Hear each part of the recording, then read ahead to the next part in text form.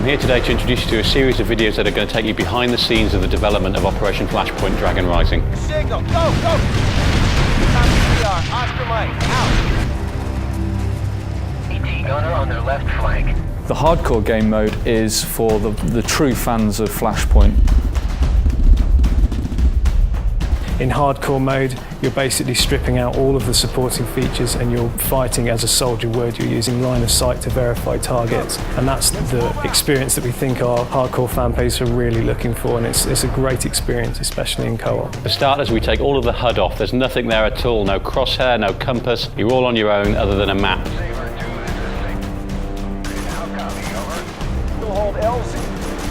Okay, so a lot of people are wondering, why have we taken everything up on hardcore? Why don't you even have a compass? But after reading some of the feedback we got from the forums and some of the feedback from some of the people playing the game at E3, we made a conscious decision to strip everything out. It is hardcore, it's turning it right up to 11.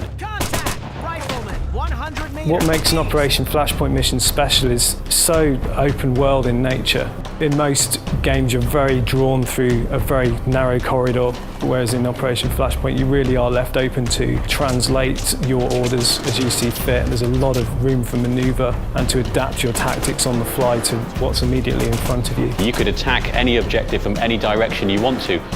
As a result of this, the AI has to be able to react, it has to be able to carry out threat assessment, it has a morale system, it's checking what the player is doing and where the player is and how well armed they are.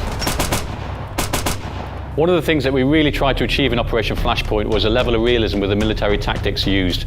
We did a lot of work with the Marines, and we even got our hands on their playbook, which gave us an idea of the kind of plays that they use. These plays work in very much the same way as, say, an American football play. They have distinct strategies that they use at distinct moments. We've incorporated as many of these as possible into Operation Flashpoint, and we give the user the ability to do quite complex manoeuvres like flanking, assaults, engage. As well as this, there is inherent behaviours that the team's AI will carry out.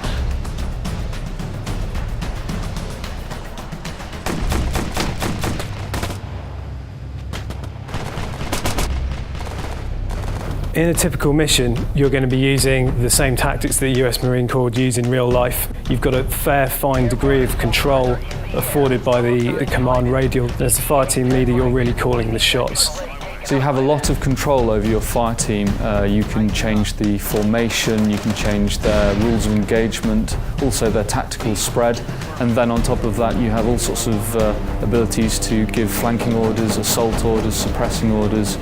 One of the context-sensitive orders you can issue is assault building, and this will allow you and your fire team to force your way in through the door and clear all the rooms within that building. I think the hardest thing that we have set out to achieve, that I'm certainly most proud of, is putting the fear back into first-person shooters, getting that element of tension as you're creeping through the woods, not knowing when the next shot's going to come from. This is about as hardcore as it gets, so you better be careful.